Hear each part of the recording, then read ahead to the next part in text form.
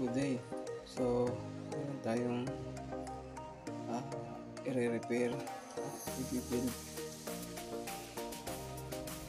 na lithium battery for Revolta.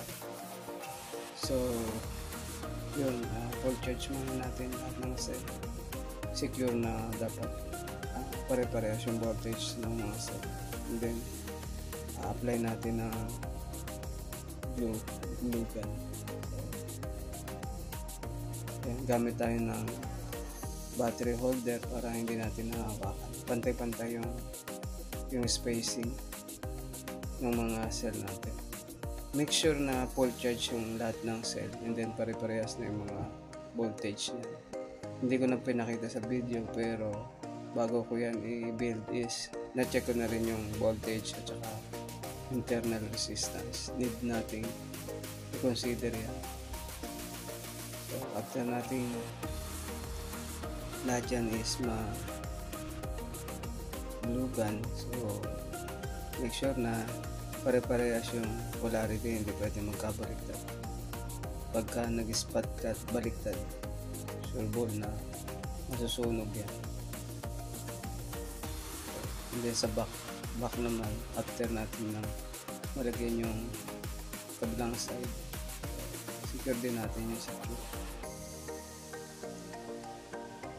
So brand new battery to para sa Revolt R na scooter. Nagpa-build siya ng new battery. So ganyan lang natin siya ina-assemble. So ayan, ganyan na siya pagka na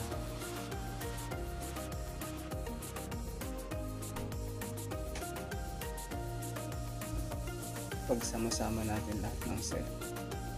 Okay, so pina-pass forward ko na lang yung video kasi masyadong mahaba. So lang makita kung paano ba yung actual na pag-build ng mga lithium battery para sa mga electric scooter. So ayan, matatapos na nating glue gun lahat. So pahaba pala build ng Revolta na nasa ilalim kasi battery niyan, kaya ganyan ang build mo, masyadong mahaba. Kaya dapat maganda yung pagkakakapit ng glue gun natin. Dapat medyo magandang quality glue gun gamitin mo. Yung kapit na kapit yung glue pagka nilagay nyo sa battery. Okay, kailangan hold natin yan kasi pag binitawan nyo mababaklas yan kasi mainit pa. Kailangan palamigin ng konti para siguradong dumidikit siya. Okay, tsaka pala yung mga polarity ng cell nyo, bali 100% i-check nyo yan. Hindi pa pwedeng mag-reverse yung isang side niyan kasi pag spot weld nyo mag-short yan, pwedeng masunog yung nickel tab wire nyo or yung battery. So lalagyan nyo ng polarity marking. Kahit na medyo matagal na nagbibuild niya, nilalagyan ko pa rin ng marking. Mahirap na kasing magkamali. So pag nakita mong may marking na positive, although hindi ka mako-confuse na yun yung positive niya. So pero kung walang marking yung huling-huli, so pwede ka magkamali. Pwedeng maisama mo is negative o kaya ibang polarity. So ayan na. So yung BMS naman, yan yung BMS na 10S, 36 volts kasi yan, then 30 ampere. Meron siyang thermal sensor, nakita niyo yung kulay itim na yan, yun. So ito, mag-spot weld muna pala tayo dito. So kailangan gumamit kayo ng gloves kasi umiinit yung nickel tab wire na yan, especially pagka malapit na doon sa may kamay nyo. Pero kailangan niya kasing hawakan yan dahil Siyempre kailangang ma-fix yung position ng nickel top wire para 'pag nag-spot weld kayo, sure ball na may contact sa surface ng battery. So ganyan lang ang pagbi-build ng battery. Pero pinakang core item niyan is yung spot weld. Dapat medyo maganda quality ng spot weld mo. Yung kahit na one pulse lang, eh kapit na talaga yung nickel tab wire. So ganyan lang. DIY ko lang din yung spot weld na yan. Galing sa transformer ng battery charger. Tapos bumili ako ng mga controller niyan. 100 ampere na 2 pulse spot weld controller. So ma-adjust mo yung current. Depende kung gaano ka kapal yung battery mo. One time nga nabutas eh. Dahil hindi ko pa gamay kung paano yung pag-adjust. Siyempre, bagong gamit pa. So, ganun talaga sa umpisa. Ang daming kong nabutas sa battery. Sobrang lakas ng ampere. Hanggang sa napag-aralan ko na, natansya ko na hanggang ito lang ang kaya niyang ampere. Depende sa thickness ng nickel tab wire. So, gamit ko pala dyan 0.015. 9 ampere lang naman tong battery. So, pag medyo mataas na yung ampere, 0.02. So, 0.015 gamit kong thickness ng nickel tab wire. Ayan, yan. Nakita nyo nag-spark na ganyan. So, automatic shut off yan after 17 seconds. Yan yung naka-time kung ano dyan,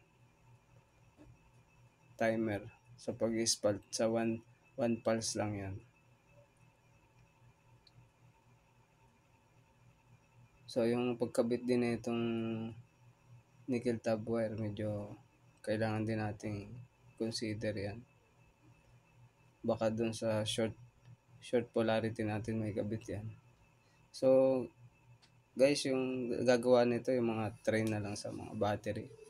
Pag mga nag-aaral pa kayo or first timer, aralin nyo muna. Nood kayo ng mga video, tutorial. Maraming matututunan doon. Tsaka yung safety, number 1 ko yung sinasabi. Kailangan laging priority natin dyan is safety. Kasi nga, yung lithium is alam naman natin na medyo dangerous talaga yan pag tayo nagkamali. So, yan.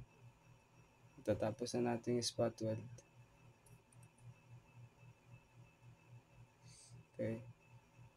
Dito naman tayo sa kabilang side. Mag-spot weld. Niready ko na pala lahat ng spot ng nickel tab wire. Pinutol ko na yan para once na mag-spot weld ako, hindi na individual magpuputol. So, lahat yan, kinat ko na. Depende sa haba nila. Para pagtapos kong mag-spot sa kabilang side, tuloy-tuloy. Kasi yung tip ng pinakang spot weld, nadudumihan din yan eh.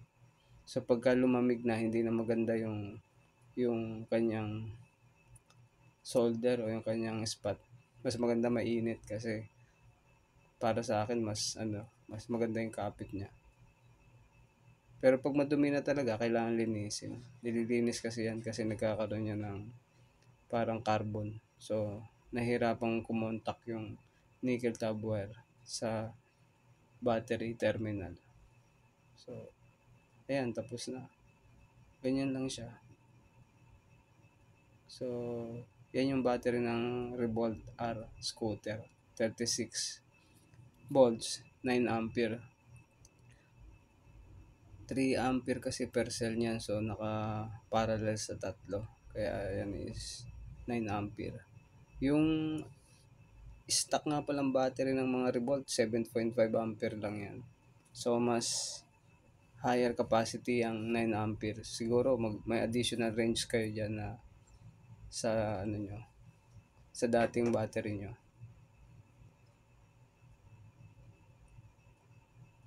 Okay. So ayan, kakabit na natin yung BMS. Yun. Sa BMS, may polarity rin sinusunod yan per wiring. Mababasa nyo naman yung level niyan. So, dapat hindi baliktad yan. Hindi gagana yung BMS nyo. Walang output yan. Pag nagbaliktad yung kabit nyo. And then, pwede pang madamage yung BMS mo.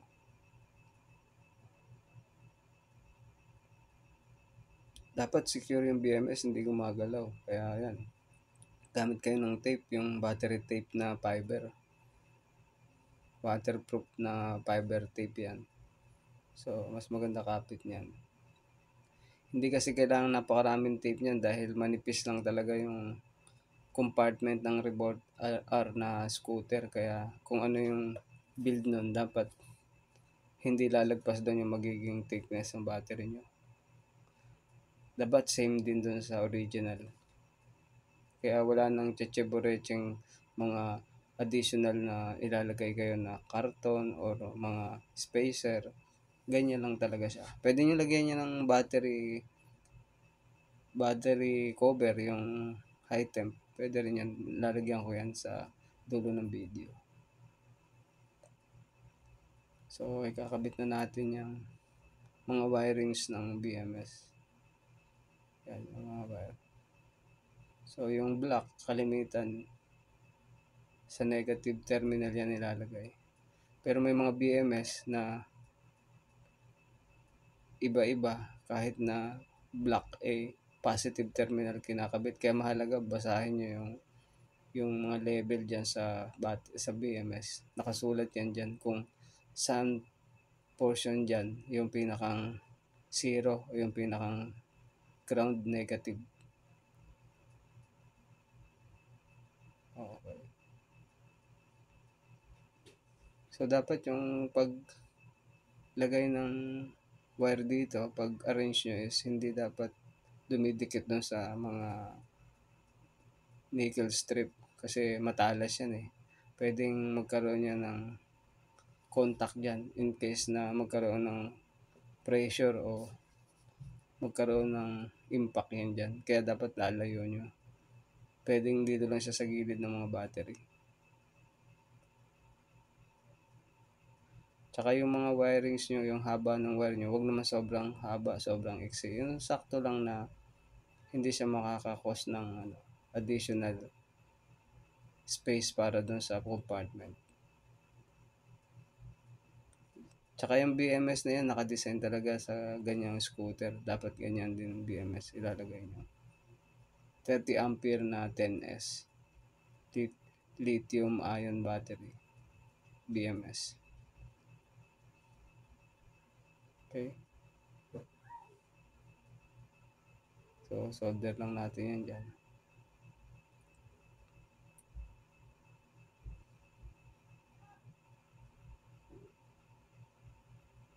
Yan, kung sobra yung wire, yan yung sinasabi kong tape na waterproof at saka high temp. High temp pala siya. Hindi siya waterproof, nababasa yan eh. Pero high temp siya. Pwede siyang insulator o insulated.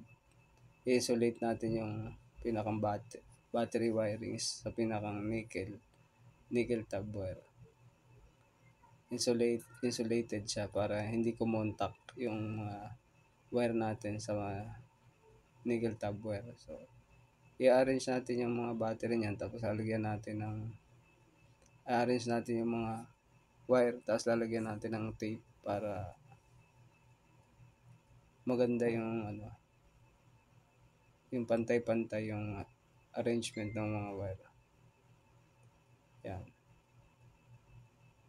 So, almost matatapos na yung wiring.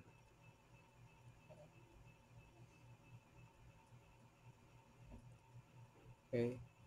So, pag natapos yung last part niyan, yung pinakang positive sa BMS na 10S, bali ang wire niyan is total is 11. Kasi yung isa ron is ground.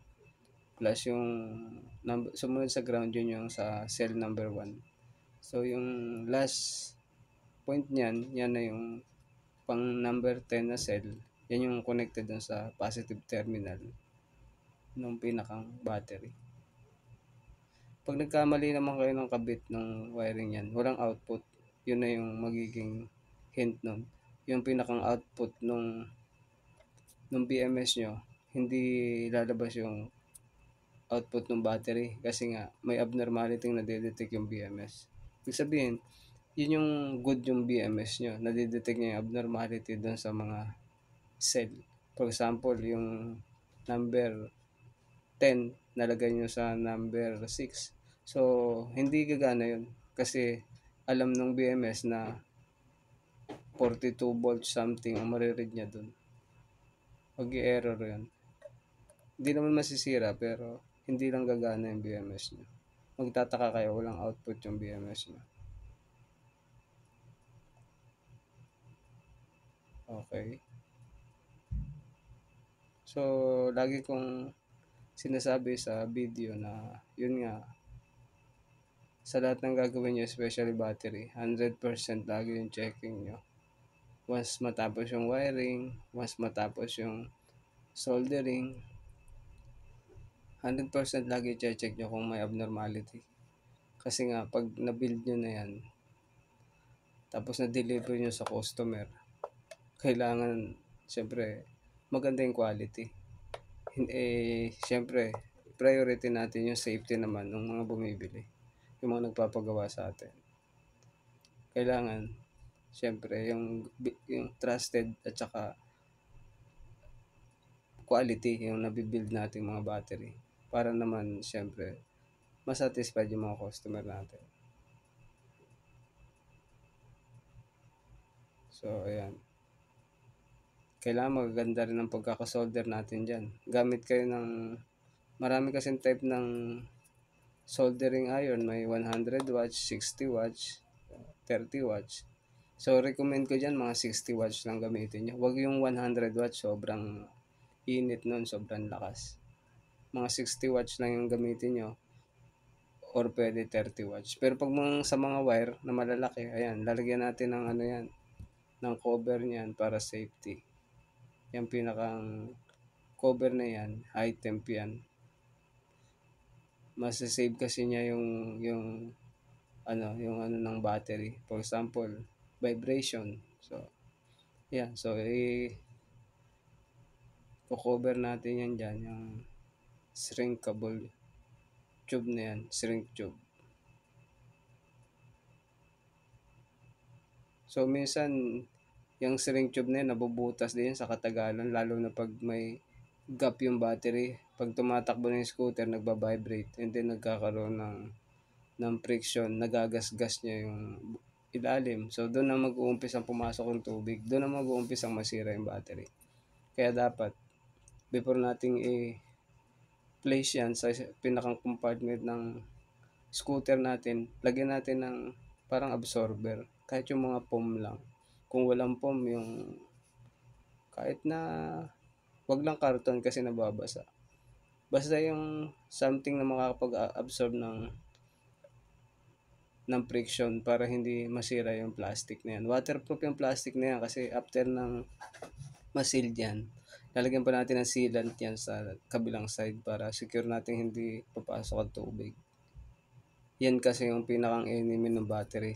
Yung pinakang mag-penetrate yung water dyan, tsaka yung ulan. Especially yung ulan, acidic yan eh. May ano yan, may conductive kasi nga acidic. So magkakaroon na agad ng factor yung battery mo. And then mabilis niyang kakalawangin yung nickel tab wire mo. So yun na, mabilis na masira yung battery mo. So sa pag-heat gun, alalay din tayo dyan. May tamang temperature lang dyan, minsan nabubutas yan eh. Alalayan lang natin yung tamang init. Kasi dapat hindi mabutas yan.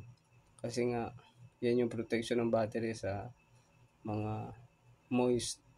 Especially sa gabi, madaling araw, masyadong malakas ang moist. So kung may butas yan, papasok agad sa loob yung moist na yun. So mag-uumpisa nang magkaroon ng corrosion or kalawang yung nickel tab wire natin. Yun na yung mabilis magpasira sa mga battery. So, ayan, medyo malapit na tayong matapos.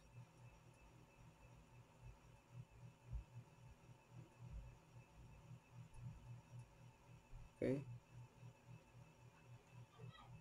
So far kung magagamit lang ng maayos 'to tapos walang mga environment factor na makakaapekto.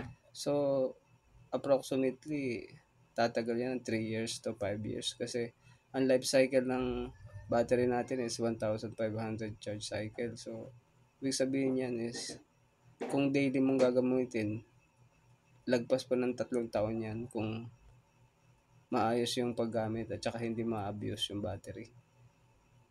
Kasi may tamang care din sa battery, hindi lang basta gamit tayo. Siyempre, unang-una dyan, although may BMS na yan para sa low voltage, dapat tayong mga user, aware din tayo kung hanggang saan natin lang dapat gamitin. So, hanggang dapat minimum of 3 volts lang yung pinakang sagad ng kada cell. So, pag beyond 3 volts na, medyo critical na sa kanya yan. Mahirap na niyang i-recover yung kanyang life cycle pagka bumaba pa siya ng 3 volts.